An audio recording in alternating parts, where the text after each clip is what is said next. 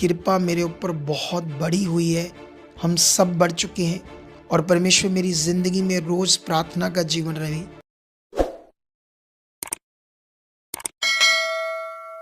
Praise the Lord, God bless you all. परमेश्वर आप सबको बहुत सारी बरकत दे। मैं खुदा का दास पॉल सुखपाराना।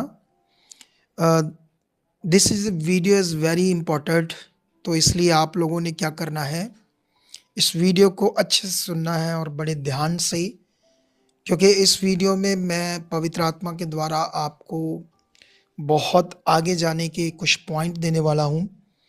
और आप जानते हो कि मैं जो मिनिस्ट्री जो खुदा ने मुझे दी है सेवा करने के लिए, मैं इसे बोलता हूँ एक पॉजिटिव मिनिस्ट्री। और मैं लोगों को एक पॉजिटिव प्रेयर करना सिखाता हूँ जो बहुत महत्वपूर्ण होती है। और सब बातें पवित्र आत्मा के द्वारा मैंने परमेश्वर से इन बातों को पाया है, जिनसे लाखों लोगों ने निजात पाई है और लोग बहुत बढ़ रहे हैं।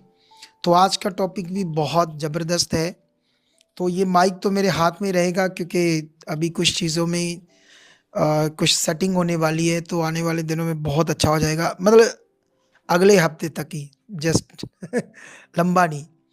तो ये परमेश्वर का पवित्र जो कलाम है, ये बहुत महान विषय है हमारे लिए।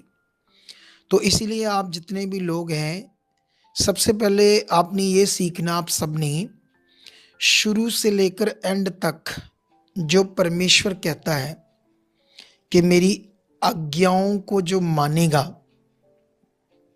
तो आप मुझे बताओ कि कोई भी परमेश्वर की आज्ञाओं को जब मानता है, उसकी इच्छा में चलता है, उसका वचन पूरा करता है, तो उसके साथ क्या होता है? ऑब्वियसली उसको बरकत मिलती है। ऑब्वियसली उसकी जिंदगी में परमेश्वर वास करता है और वो एक अद्भुत मनुष्य बनना शुरू होता है। वो नॉर्मल आम नहीं रहता, वो खास बन जाता है।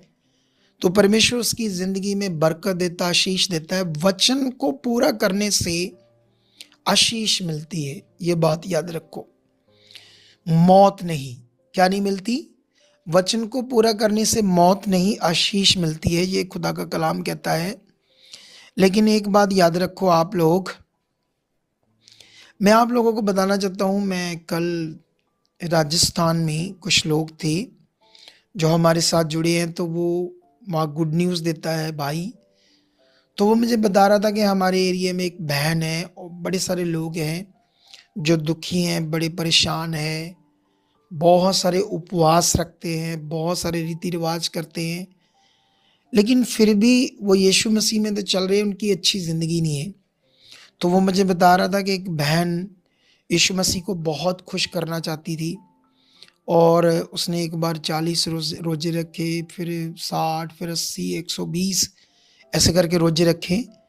और जिससे उसका है ना, जैसे भूख से हड्डियाँ बाहर आ गई, पेट चिपक गया, आंतड़ियाँ सूख गई, सीरियस सिक हो गई। फिर उसको हॉस्पिटल में ले जाया गया, फिर वो आईसीयू में रही और उसकी डेथ हो गई।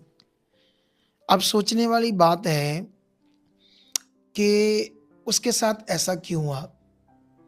उसने है ना, जैसे वचन तो पूरा किया कि मैं उपवास रखूंगी, परमेश्वर मुझसे खुश होगा। तो कहाँ मिस्टेक थी, है ना? या कितने रखने चाहिए थे या नहीं रखने चाहिए थे, या कैसे परमेश्वर खुश होता है, कौन सी आज्ञाएं, कौन सा विषय, कौन सा वचन हमारी जिंदगी के लिए लाभ है, ये बड़ा विषय है आज कलीसियाओं के लिए। तो मैं आप लोगों को आमंत्रण करना चाहता हूँ अपनी मिनिस्ट्री में कि हमारे यूट्यूब चैनल, ऑफिशियल चैनल पर हर थर्सडे, हर संडे प्रीच होता है, मीटिंग्स होती है, पावरफुल मास प्रेयर, हज़ारों की तादाद में लोग हील होते हैं। और हमारा प्रेयर पिलर होता है फेसबुक पेज पर हर 7:30 बजे हर रोज़। तो आप लोग ज्वाइन कीजिए, आपको समझ आएगा। आप लोग जो भी इस मिनिस्ट्री के साथ जुड़ रहे हो, ज़्यादा से ज़्यादा लोगों के पास शेयर करो हमारे चैनल को, फेसबुक पेज को, ताकि बहुत सारे लोगों को परमेश्वर के वचनों का सही से महत्वपूर्ण मीनिंग समझ आए। अब सवाल ये है कि बहुत सारे लोग कहेंगे कि वो बहन गलत थी, उसने इतने रोजे क्यों रखे? अब सवाल है कि उसने रोजे रखने के विषय में क्या किया होगा? मतलब ये बड़ा विषय है। अब लोग तो बोलेंगे वो गलत होगी, उसको किसने कहा था इतने रखने के लिए? उतने रखो जितने रख सकते हो। लेकिन एक चीज़ याद रखो आप सारे लोग, जब हम शरीर में जाते हैं और जब हम आत्मा में होते हैं, ये 2 विषय हैं। शरीर में जाने से ही मनुष्य फँस जाता है और कुछ ऐसी चीज़ें करता है जिससे एक दिन वो मौत का सामना देखता है, शर्मिंदगी का मुँह देखता है और हालातों में रहता है।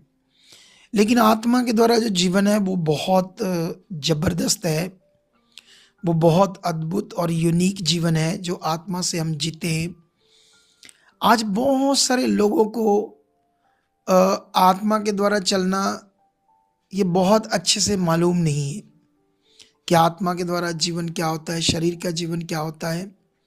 इस पर तो मैं कभी फिर वीडियो बनाऊँगा, लेकिन मैं आप लोगों को, क्योंकि आज मेरा टॉपिक था लोगों के लिए, क्योंकि ये पॉजिटिव मिनिस्ट्री है, तो तुम हमारी मिनिस्ट्री के साथ जुड़े हुए जो बच्चे हैं, वो कभी भी किसी भी ऐसे वचन के शिकार नहीं बनेंगे जिससे वो दुष्ट की जुक्ति में फँसे। अगर वो हमारी मिनिस्ट्री में कंटिन्यू रहेंगे, तो मैं आपका रिश्ता राइट परमेश्वर के साथ बनाकर रखूँगा, आपके राइट मन को बनाकर रखूँगा। मैं उलझनों से आपको निकालूँगा परमेश्वर के वचनों के द्वारा, परमेश्वर के वचनों की सही समझ कंटिन्यू आपके सामने रखता रहूँगा। तो इसलिए आप लोगों ने जुड़े रहना है। उस बहन के लिए मुझे अफ़सोस है कि उसने अपनी जान गँवा दी। ऐसे बहुत सारे मसीह में लोग होते हैं जो वचनों की सही से समझ ना रखकर दुष्ट की जुक्ति में फँस जाते हैं। तो आज मेरा टॉपिक था, बड़ा विषय था, ये तो पॉइंट है, लेकिन एक चीज़ याद रखो, आप खुदा के साथ हो, अपने मन को पक्का रखना और जो कुछ खुदा मुझे दे रहा है अपने वचनों के भेद प्रकाशन, उनको पकड़ते जाना, अपने आप को डाइवर्ट नहीं करना, इधर-उधर की ज़्यादा वीडियोस नहीं देखनी, फिर देखना आप कैसे ऊँचे किए जाओगे। हमारे पास मैनी टेस्टिमनीज़ हैं, जो लोग यहाँ की टीचिंग फ़ॉलो कर रहे हैं, उनको ज़्यादा इधर-उधर नहीं पता कुछ, बहुत आशीषित हैं। मैं जितनी उनकी आशीष बताऊँ उतनी कम है। इतनी बरकत, इतने आशीषित लोग हैं। तो इसीलिए पॉजिटिव शिक्षाओं का और सही शिक्षा का असर लोगों की ज़िंदगी पर हो रहा है। लेकिन मैंने अ, कल परसों नरसों एक वीडियो में कहा था कि मैं सैटरडे को अ, आपके लिए प्रेयर पॉइंट बताऊंगा कि कैसे आपने जब सुबह उठना है तो क्या-क्या करना है। तो आइए हम उसी को जारी करते हैं। और सबसे पहले आप जब सुबह उठते हो, तो सबसे पहले आप परमेश्वर के सामने घुटने टेक लो और अपने आप को परमेश्वर के सामने रखना शुरू कर दो। ऐसे ही, धन्यवाद परमेश्वर, मैं तेरा चुना हुआ हूँ, मैं अंधकार से छुड़ाया गया हूँ, तेरी कृपा मेरे ऊपर बहुत बड़ी हुई है, मेरे ऊपर, मेरे परिवार के ऊपर, बच्चों के ऊपर, हम सब बढ़ चुके हैं। और फिर से आपने अपने लिए बात करनी सबसे पहले कि परमेश्वर पिता, मैं हमेशा तुम्हारी इच्छा को पूरा करूं, तेरे वचन को ना तोड़ूं, मैं खरा रहूं, वफादार रहूं, तेरी मर्जी को पूरा करूं। तेरा जो वचन कहता है कि 6 दिन तू काम कर और 7वां दिन संगति में तेरे चरणों में रहूं। मैं पूरा दिन परमेश्वर तेरी संगति में रहूं, खरियाई से संगति में आऊं, समय से पहले आऊं। और परमेश्वर मेरी ज़िंदगी में रोज़ प्रार्थना का जीवन रहे, ईमानदारी रहे, मैं कभी किसी चीज़ का लालच ना करूं, किसी को धोखा ना दूं, किसी के ठोकर के कारण ना बनूं। परमेश्वर ऐसा कुछ ना करूं जिससे परमेश्वर तेरे नाम को मैं बेइज्जत करूं। परमेश्वर मैं अपने जीवन से तेरे नाम को ऊंचा करूं, तेरा सुसमाचार दूं, मैं खरा और पूरा रहूं, किसी भी चीज़ में झूठ, चोरी, लालच मेरी ज़िंदगी में ना हो। मैं तेरा सच्चा, ईमानदार, खरा बच्चा रहूं। मैं अपनी सुखपारण मिनिस्ट्री में जहाँ चुना गया, जुड़ा हूँ, हर तरह से खरा और पूरा रहूं। कभी भी वॉलंटियर टीम किसी के भी प्रति मेरा मन खराब ना हो। मैं तेरे दास की शिक्षाओं को सीख कर तुझ में बढ़ता जाऊं, तेरे साथ खड़ा बनूं, हर वचन को, हर आज्ञा को पूरा करने वाला बनूं। सबसे बड़ी आज्ञा तेरी जो बीज है, जैसे बहुत ज़्यादा लोग लालच करते हैं तो अपना बीज प्रॉपर नहीं बोते, लेकिन परमेश्वर मैं ऐसा नहीं करूँगा।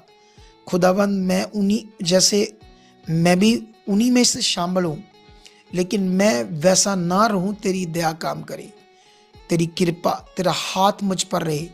मैं सिर्फ 10% नहीं, उससे बढ़कर भी बोना वाले बनूँ। जितना मेरे पास आप बिजनेस काम दोगे, मैं विश्वास करता हूँ उसमें भी बरकत होगी। उसमें मैं खराई से अपना बीज बोऊंगा और मैं एक दिन लाखों गुना वाला बोने वाला बन चुकूंगा। खुदावंद कभी किसी की तरफ गंदी या बुरी नज़र से ना देखूं, किसी की चीज़ों, घर, गाड़ी को देखकर मेरे अंदर लालच ना आए।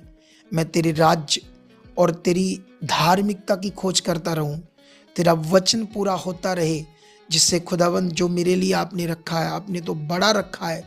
आपने तो कहा है कि परमेश्वर सब चीज़ें तेरे पीछे आएगी।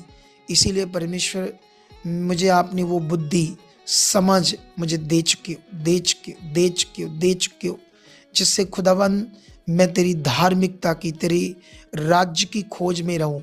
खुदा मैं रोज सुसमाचार देने वाला बनूं, मेरा मन भरा रहे तेरे काम के लिए, तेरी चाहत को पूरा करने के लिए, सुसमाचार देने के लिए। मैं खराई से सुसमाचार दूं, खराई से वचनों को पूरा करूं। कभी मेरी जिंदगी में आलस ना हो। अगर आप पति हो तो पत्नी के लिए भी करना है, अगर आप पत्नी हो तो पति के लिए भी प्रार्थना करनी है, बच्चों के लिए भी करनी है। पत्नी बोले पति के साथ मैं खरी, वफादार और पूरी तरह पवित्रताई से जीवन बता चुकी हूँ।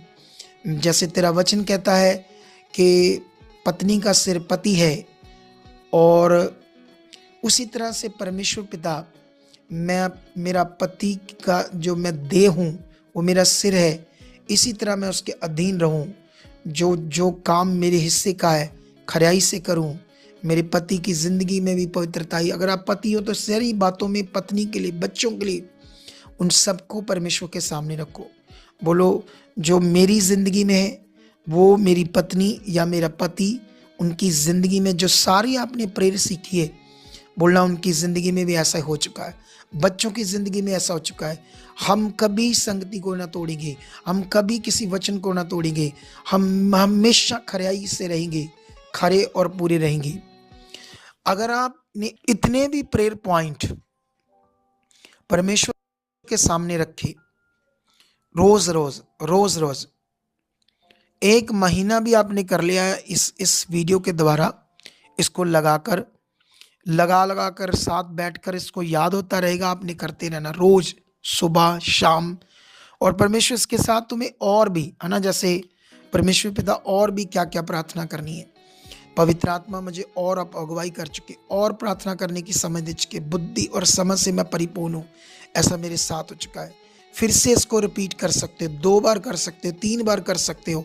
और साथ साथ परमेश्वर आपको और भी क्या क्या पॉइंट करने, तुम चर्च के लिए भी प्रेयर कर सकते हो, इस मिनिस्ट्री के अपने अगुए के लिए। खुदा इस मिनिस्ट्री में बड़े बड़े चमत्कार, लंगड़े चल चुके, गूंगे बोल चुके, अंधे देख चुके, मुर्दे जिंदा चुके, हॉस्पिटल से जवाब हुए लोग चंगाई पा चुके, बड़ी जीव शक्ति, ये चर्च बढ़ा चुका, पूरी दुनिया में ब्रांचेस खोल चुकी, ब्रांचेस बढ़ चुकी है, ये चर्च ओवरफ्लो हो चुका है।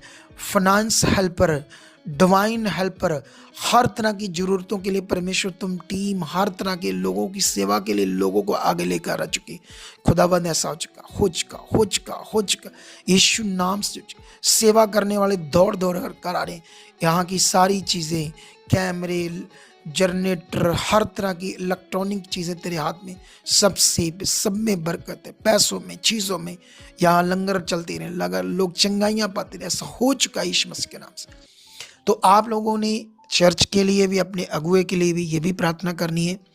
तो इन सारी प्रार्थनाओं को आपने शुरू करना है इनके द्वारा। खुदावंद आपको